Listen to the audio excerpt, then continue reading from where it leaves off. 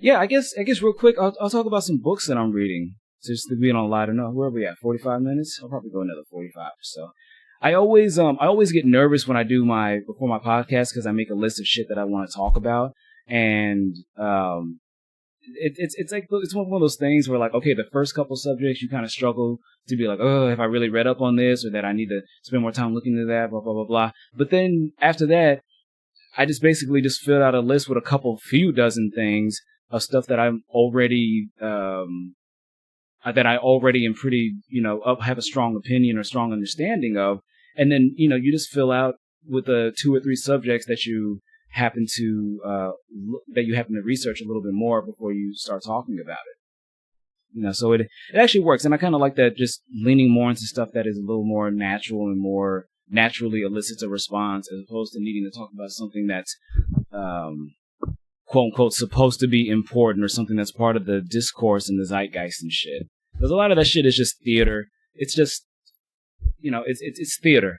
It's just there to keep your attention until the next real plot point, happens, or the real next, major event.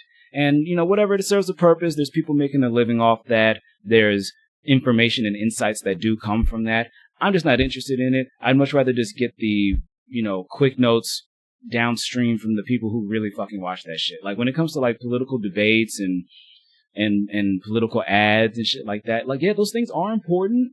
Not just creating them, but analyzing them and the impact that it has on people. But I'm just somebody who I just prefer to focus more on reading into what the actual results of policies will be and what the actual like effect of stuff is. And it's like, that's just shit that's just not going to come through in the theater, in the performance and whatnot. Like, even if a politician brings up that point or whatever, it's about serving, your opponents and shit. It's not about, it's more so about feeding the fucking masses and shit, feeding into the performance and shit. And I just can't really fucking deal with it. It's just too boring for me. But in any case, let me talk about some books that I'm reading real quick. Just kind of break this thing up.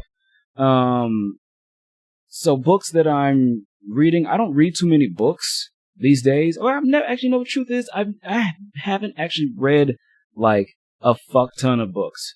I have books that most of the books that I've read, I really love, and I have a pretty good memory of them, but I haven't read that many books.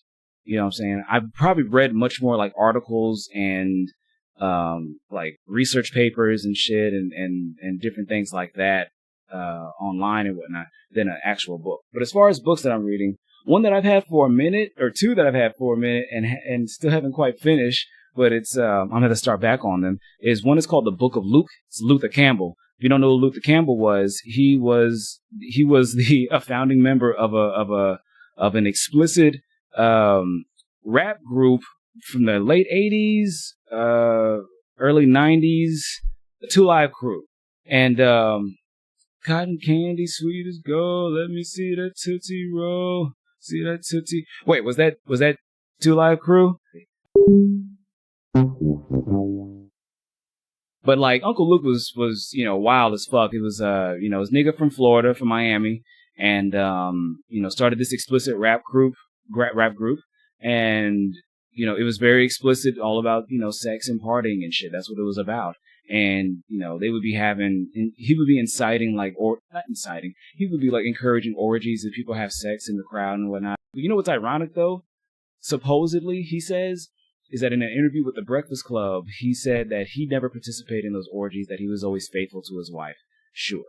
But he says that he never participated in it. He just helped facilitate it for other people. He just kind of liked being that guy. He liked being that guy where shit not so much centers around him, but that shit happens because he pulls some strings, or he, helps throw his influence, charm or whatever around.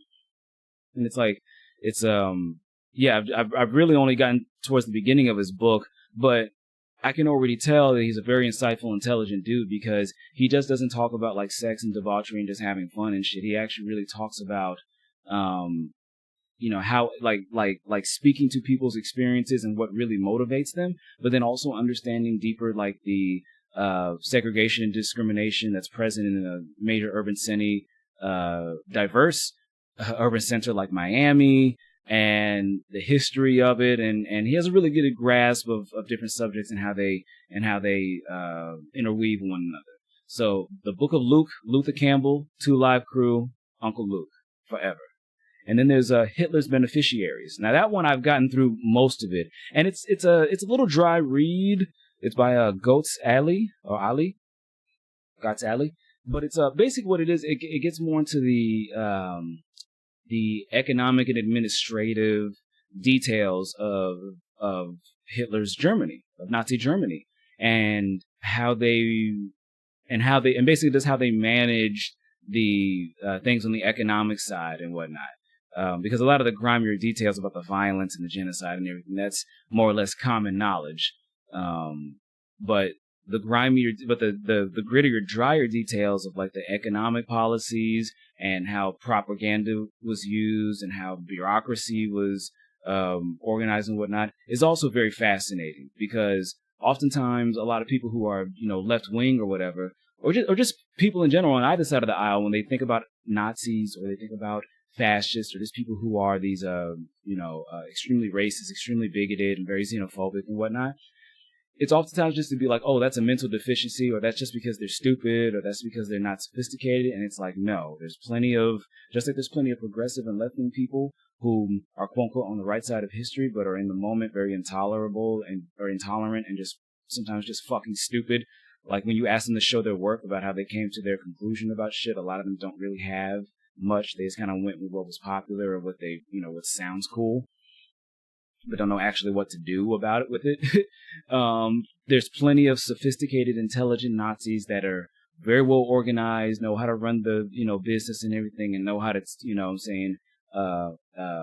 get their point across covertly. You know what I'm saying? So it's like, do not ever underestimate your fucking enemies. Okay? Don't underestimate your enemies, and don't overestimate your own readiness either. You know what I'm saying? I see that's a mistake that's just a human mistake that can happen. You know what I'm saying? Anybody's ego can get the best of them. So it's always a good reminder to, to be putting that thing in check. So Hitler's Beneficiaries, Goetz Alley, the drier, more administrative, bureaucratic, and economic policies and arrangements that sustained Nazi Germany. Then there's Satiristas, comedians, contrarians, raconteurs, and what's this last one? Vulgarians, by Paul Provenza and Dan Dion. And as the name implies, they talk to a lot of comedians and writers and whatnot, a bunch of different minds, and basically just just more or less chat with them. What does comedy mean to them? Why do they do, comedy? And it's really insightful. And even though the responses are really short, they fit in, over 50, I think, comedians, in here, 40 to 50 or so. And so they're not, none of the interviews are especially lengthy, but they're very insightful, because it's clear that the interviewees feel very comfortable, and that it doesn't feel contrived, and that also the interviewer and the writers have some familiarity with the way that familiarity with the scene and with what comedy is like, and what people who are in this world, how they tend to think and behave, and that's reflected in how comfortable and raw they are in their responses.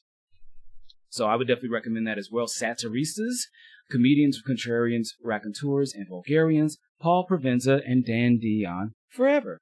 And then the fourth one is one I'm borrowing from a friend. Or if you happen to hear this, Dorian, I haven't forgot it. I'm getting pretty close to finishing it, but I have the Watchmen Deluxe Edition graphic novel by Alan Moore and Dave Gibbons.